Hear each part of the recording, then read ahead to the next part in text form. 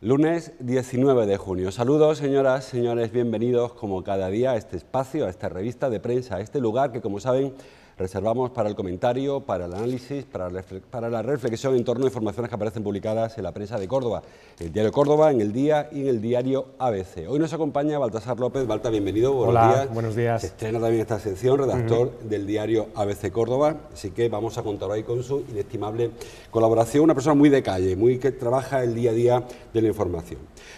Hablamos antes, Balta y yo, de las portadas y de que, bueno, hoy es lunes, los lunes suelen haber más temas en portada, cada cual sale por un sitio, aunque coincidencias muy rápidas porque son de ámbito fuera del local, muy rápidamente. Tanto el diario Córdoba como el Día abren con el Congreso del PSOE, Congreso que ayer devolvió a Pedro Sánchez al número 1 de la Ejecutiva y de su partido. Sánchez, dice el diario ABC, Sánchez anuncia una oposición sin tregua a Rajoy en el Parlamento. El diario El Día, Pedro Sánchez consuma el giro a la izquierda del PSOE. El diario ABC, en la página 2, Sánchez buscará a los votantes de Podemos en su cruzada contra el Partido Popular.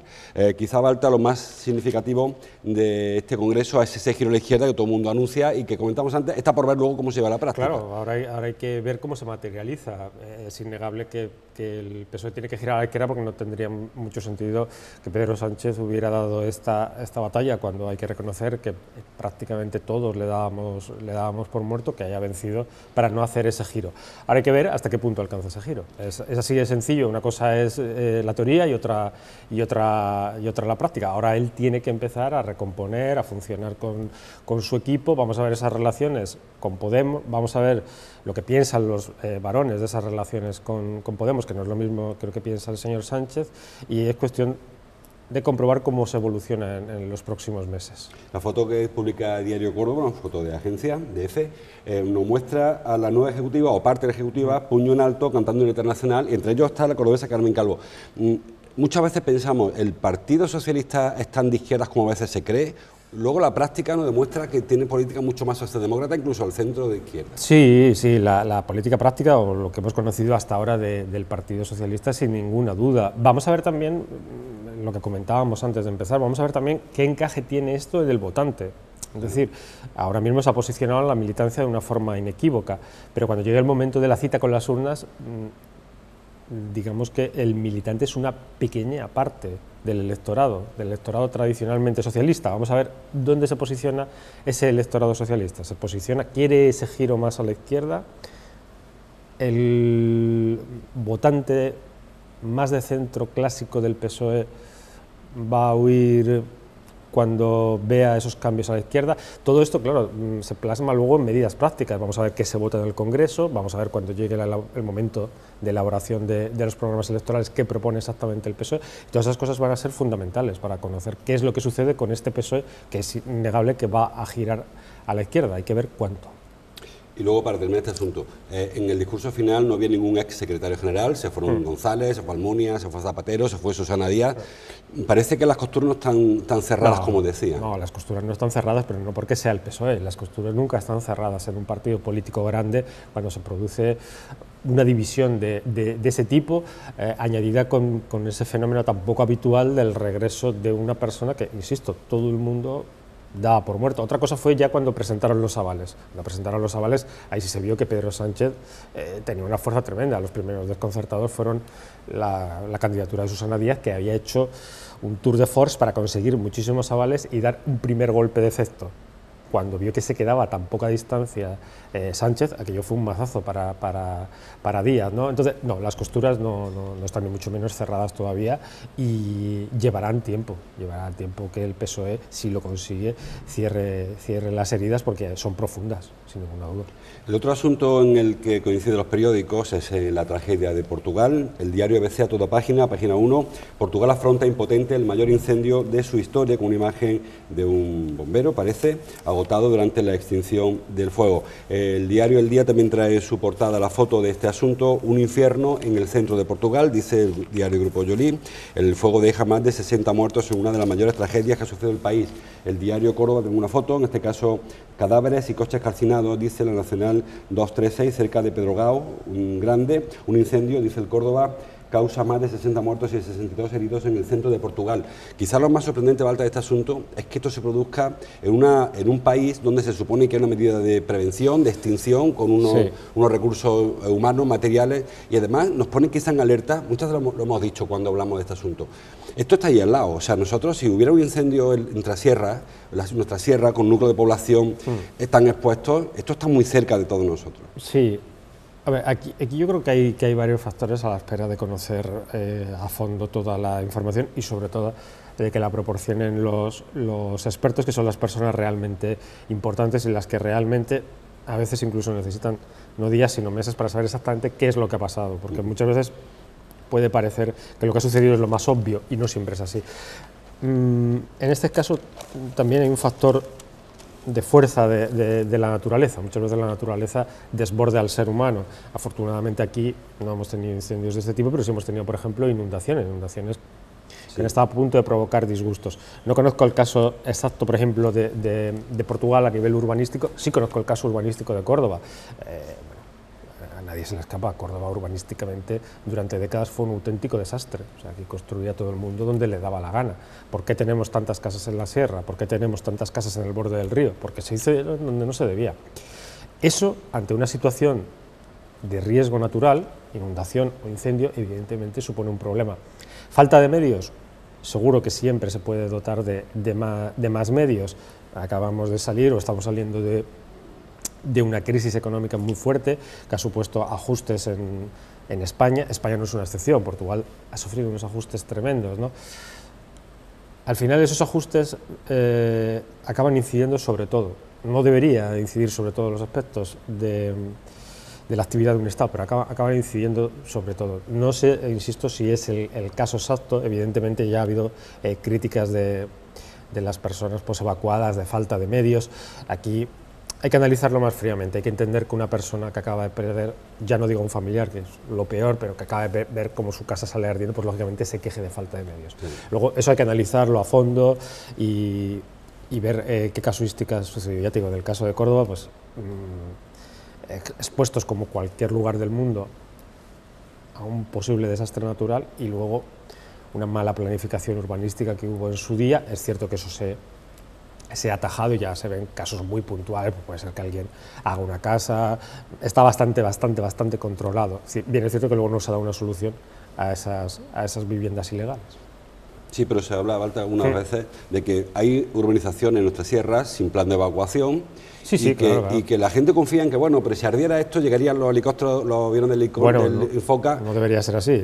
Todas las urbanizaciones de la sierra deben tener su plan de evacuación porque es fundamental, no tiene nada que ver con que sea legal o ilegal, tiene que ver con la seguridad. Es decir, una vez que están ahí, hay cosas que son que priman incluso por encima, muy escasas, pero que priman incluso por encima, que es salvar la vida de las personas, ¿no? Es como cuando en las inundaciones pues se saca a la gente del cauce del río, pues hay gente que dice que no, da igual, es lo mismo, la obligación del Estado, en este caso ya no solo del Estado, sino de todas las administraciones que actúan en un momento de fuerza mayor como eso, es sacar de allí a las personas. Eso es lo fundamental, sin ninguna duda, más allá, insisto, de la cuestión urbanística mal planificada en su día en la ciudad y que nunca se ha cerrado.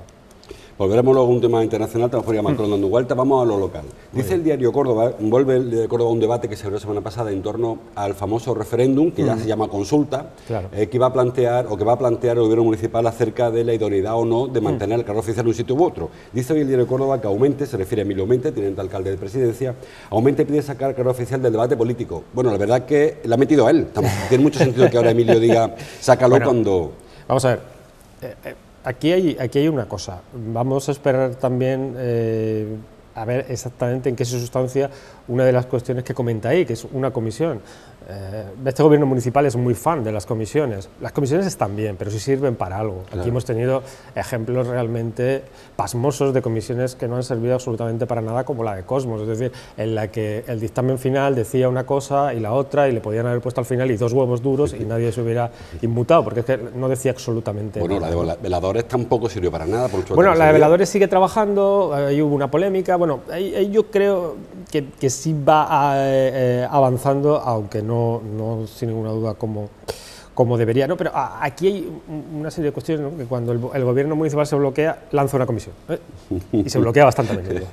Entonces, bueno, ahora habla de una comisión para darle forma al a la consulta, no sé qué, pero claro, al mismo tiempo el viernes ya marcó el terreno de juego, que es no vinculante.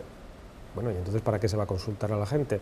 Quiero decir, el gobierno municipal se ha metido solo en un lío con una cuestión que ya estaba cerrada, y comento por qué.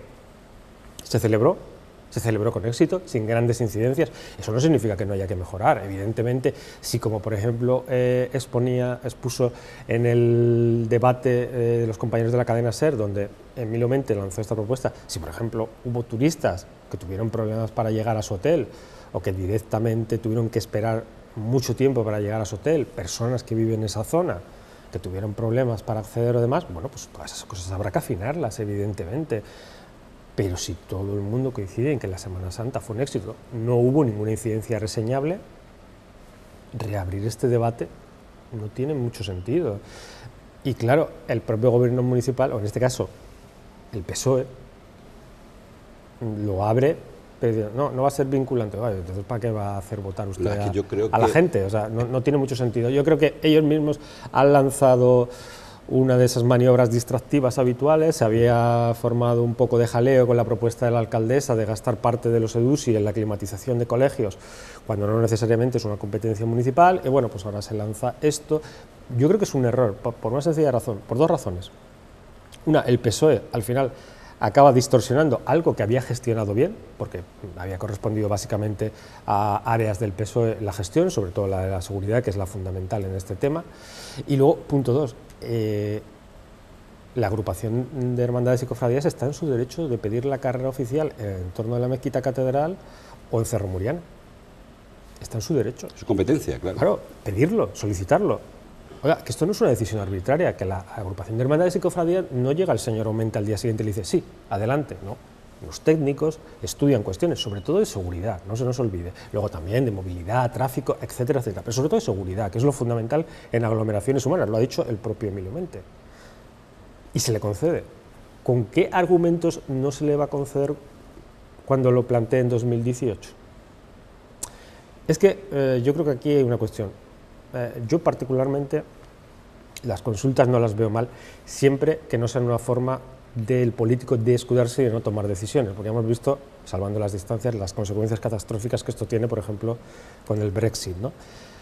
Pero, dicho esto, las consultas para algo, y que sirvan para algo y sobre algo que realmente se pueda decidir, es decir, sobre algo que la agrupación de hermandades y cofradías va a pedir en 2018, lógicamente, en el mismo sitio prácticamente. ¿Cómo se le va a decir que no? Sí. ¿Qué informe técnico se va a presentar que diga que eso no se puede hacer? Cuando no consta ninguna incidencia reseñable, ya digo, más allá de las cuestiones que haya que mejorar, que lógicamente si ha habido vecinos que hayan tenido molestia, turistas, hoteles, bueno, pues todas esas cosas hay que afinarlas.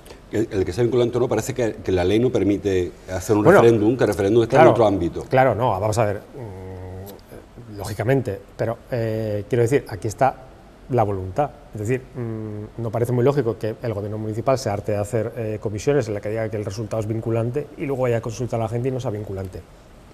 Sinceramente, creo que el PSOE se ha metido en un jardín. Este gobierno municipal es experto en meterse solo en jardines, con lo cual tiene ya el know-how y digamos que lo van perfeccionando. Y evidentemente Izquierda Unida está muy rápida.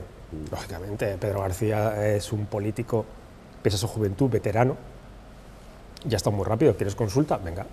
Pero Izquierda Unida va a exigir que sea vinculante. De acuerdo que legalmente no es vinculante, pero va a exigir que una vez que se produzca el resultado sea vinculante. Hace poco hubo en Sevilla una consulta parecida para claro, sobre la feria, sí, y se hizo, y esto puede abrir la caja de los turanos, es decir, supongamos que al final se celebra esta consulta de manera telemática o en centros cívicos, porque tampoco es cómo se hace.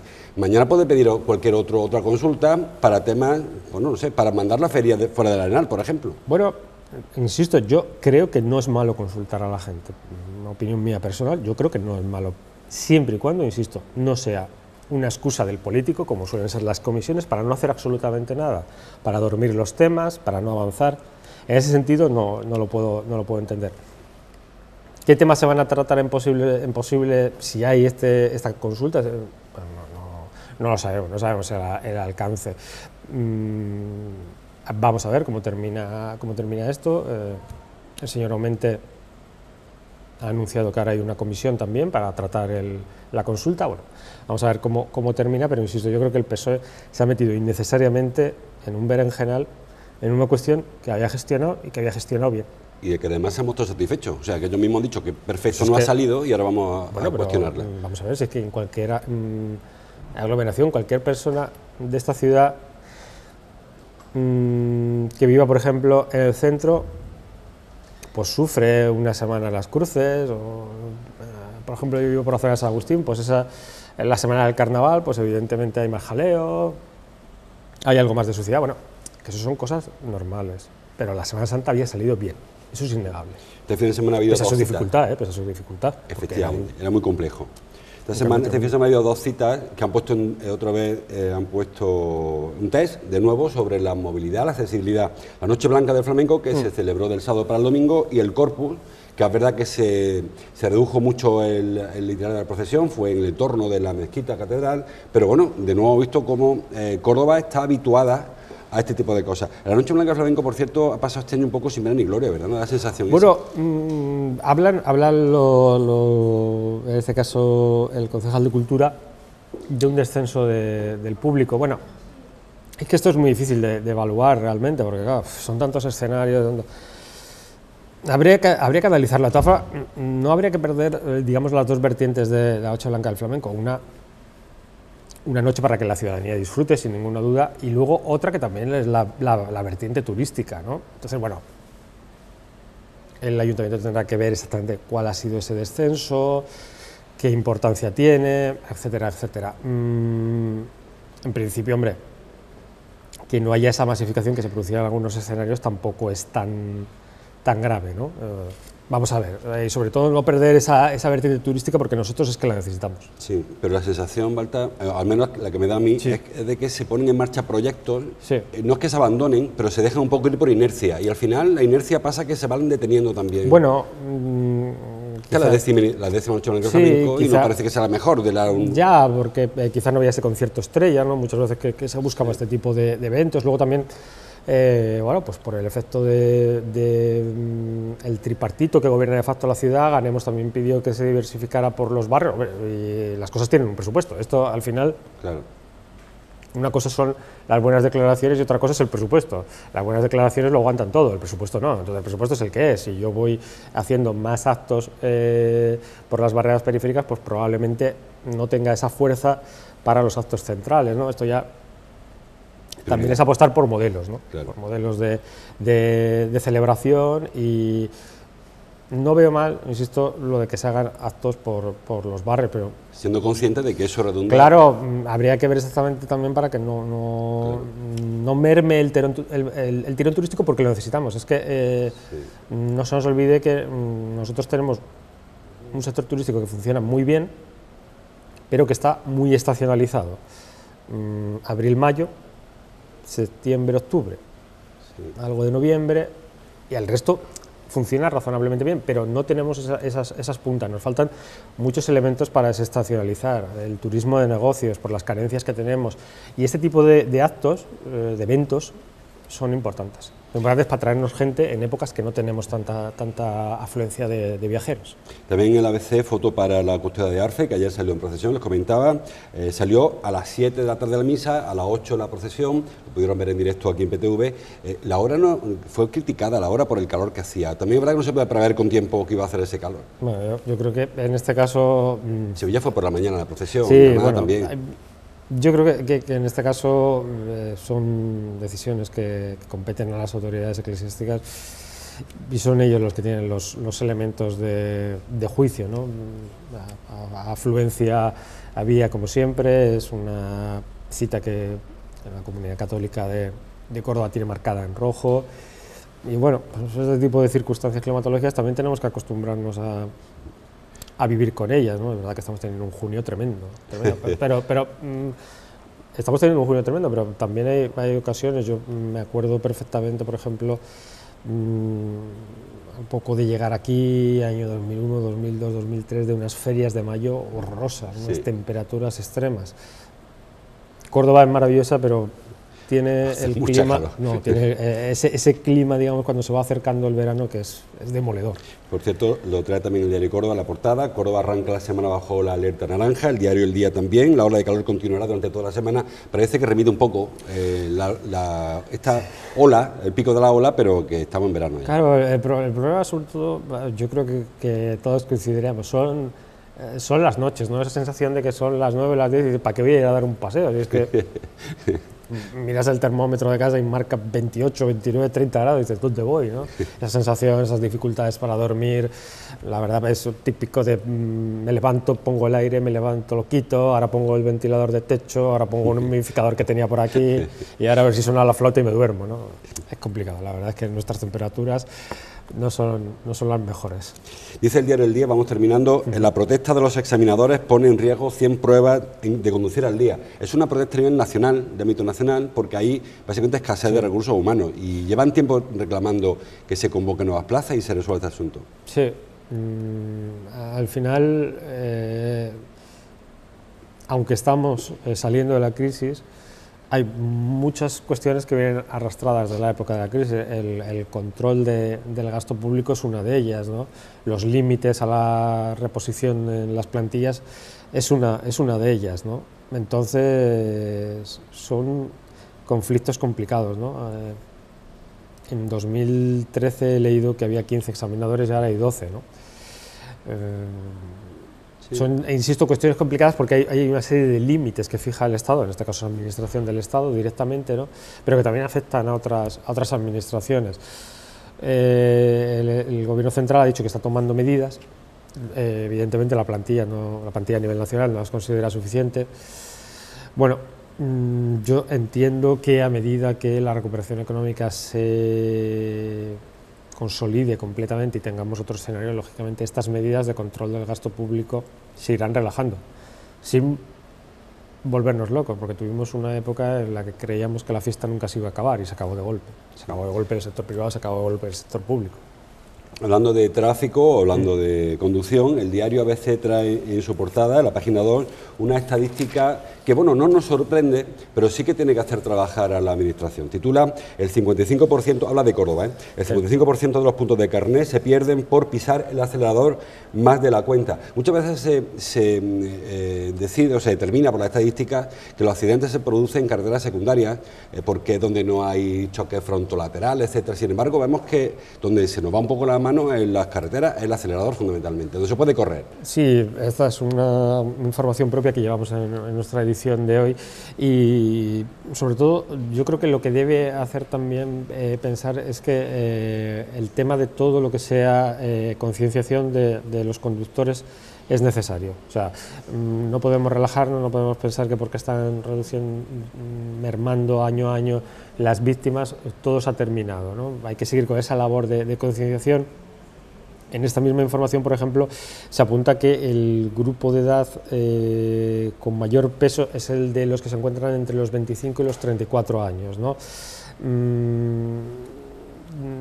Digamos que los que tenemos una cierta edad hemos crecido con esas cifras dramáticas que había, todos lo recordaremos, los que tenemos una cierta edad, esos lunes, ¿no? Cuando salían las cifras de los fines de semana, era una auténtica tragedia, aún sigue siendo, ¿no? Cualquier vida que se pierda en la carretera es un drama humano, ¿no? Pero es cierto que el problema no es de la dimensión de antes, quizá a la gente más joven todavía le falta tener esa concienciación, por eso insisto en que todo lo que sea labor de educación del conductor yo creo que es positiva y yo creo que ahí no hay que aflojar para nada. sea, en este caso, el acelerador de la concienciación, porque es muy importante, tal y como lo refleja esta información que publicamos hoy en ABC Córdoba. Para terminar el tema local, el diario Córdoba habla de desahucio. Bueno, una cifra que ya conocimos la semana pasada, creo recordar, la dio algún otro periódico. Dice los desahucios descienden a la provincia un 35% en el primer trimestre. Creo que lo dio El Día, me parece recordar. No recuerdo dónde lo leí, pero sí. Yo me suena algo. Quizá lo más novedoso, Balta, de esto es que la tendencia en España o Andalucía es la contraria y en Córdoba ha cambiado de la tendencia. Sí, bueno, vamos a ver, en esto yo sé que suena un rollo auténtico hablar de temas estadísticos, pero es importante en el siguiente sentido. Bueno, lo primero, dejar claro que creo recordar que son 150 y pico lanzamientos, no todos son de viviendas, porque ahí, si mal no recuerdo, también se puede incluir, por ejemplo, un solar que se pierda, pero bueno, es lo mismo. Cualquiera, con que fuera uno, sería un drama. Una familia que pierda su vivienda, que se quede sin vivienda, es un drama. Pero dos cuestiones estadísticas. ¿Por qué crece en el resto de España y aquí no? Bueno, recordar que el primer trimestre de 2016 fue el dato más alto de un primer trimestre en los 5 últimos años. Cuando algo está muy alto, es más sencillo que baje. Entonces, ahí puede haber uno de esos factores estadísticos. También puede influir, lógicamente, aquí hay un movimiento organizado de lucha contra los desahucios de largo recorrido, y también puede influir pues, en que no se produzcan este tipo de temas. Y ya digo, influye mucho también los ciclos. Tendríamos que mirar exactamente cómo fue en España el año pasado, cómo fue en Andalucía, y por qué en un sitio sí y en otro no. También hay quien asegura que se reduce los desahucios porque está todo el mundo ya sin casa, porque no los quedan ya. El drama de los desahucios es innegable. Claro. El drama de los desahucios y cómo creció, lo que supuso, eso es innegable. Yo creo que hay dos factores. Hay el factor de que, lógicamente, desgraciadamente, mucha gente perdió su casa en Córdoba y en el resto de España, pero luego yo creo que también hay un factor de recuperación económica innegable. Sí. Es decir, en el momento en el que la situación mejora económicamente, que la gente recupera su puesto de trabajo, una de las cosas que suele hacer sin ninguna duda y que está muy arraigada en nuestra sociedad es tener una casa en propiedad. Y los esfuerzos económicos se dedican a no perderla, evidentemente. Entonces, la recuperación económica es un hecho innegable. Entonces, sobre esas cifras tienen que influir también esa recuperación. Ya terminamos fuera de hora, como siempre. Foto para Iván Fandiño en el ABC. Saben que falleció ayer en Mont de Marsan, creo que fue, víctima de la cogida de un toro. No es frecuente que ocurran este tipo de accidentes en los toros, y menos en Francia. Yo no recuerdo así de memoria. No, pero por lo poco que he podido leer, era una cogida mortal de necesidad, ¿no? Al final, un torero es una persona que desarrolla o que se pone delante de un toro y sabe que su vida corre un riesgo como la puede correr un piloto de Fórmula 1, ¿no? Son oficios o artes, o como se les quiera llamar, que son extremadamente... Es como, por ejemplo, el alpinista que siente la llamada de la montaña. El torero siente la llamada de situarse delante del toro. Y eso le puede frente al riesgo, ¿no?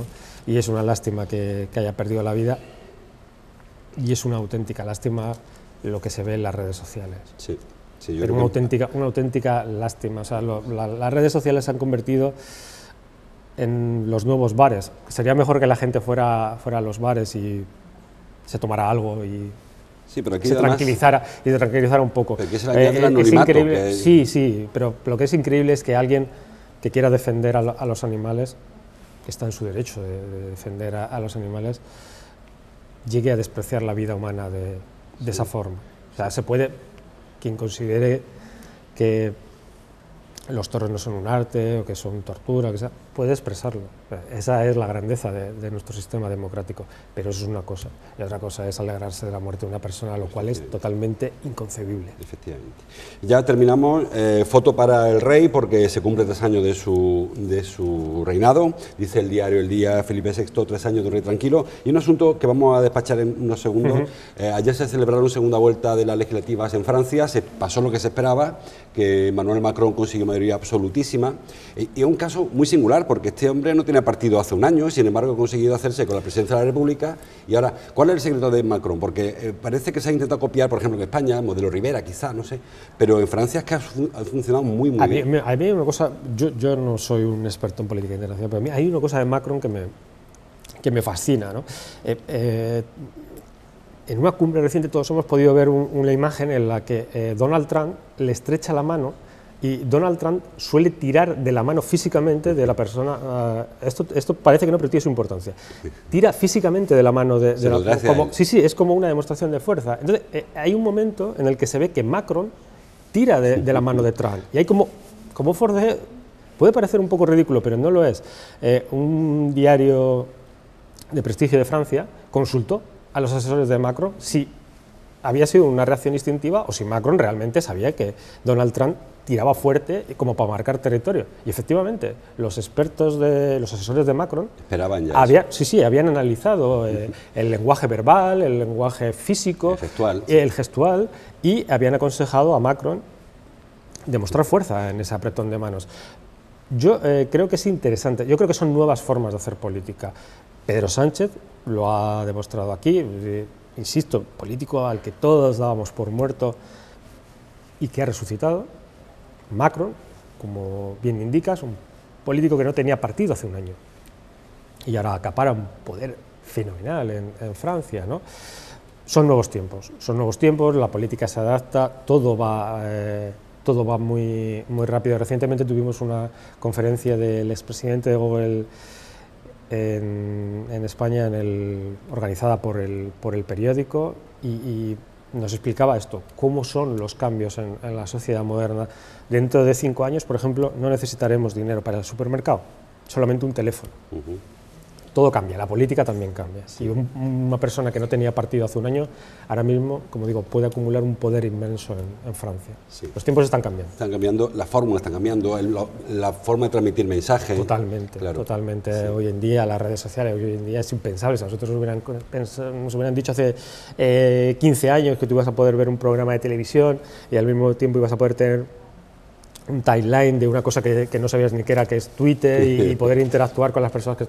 Todo eso para nosotros hace 15 años era impensable. Bueno, pues hasta aquí llegamos, Balta. Muchas gracias por tu colaboración. Te espero otra semana, que no te escapes. Y a ustedes, como siempre, gracias también. Les dejo ahora con María Ángeles Mellado, con su café y medio, con su desayuno, con Rafi Torres, en este caso, con los nutricionistas. Hablarán de muchas cosas ahora que llega el calor. Bueno, que está aquí el calor con nosotros. Repito, gracias a Baltasar López, Balta, y con ustedes nos vemos mañana martes. Hasta entonces, como siempre, gracias por su atención.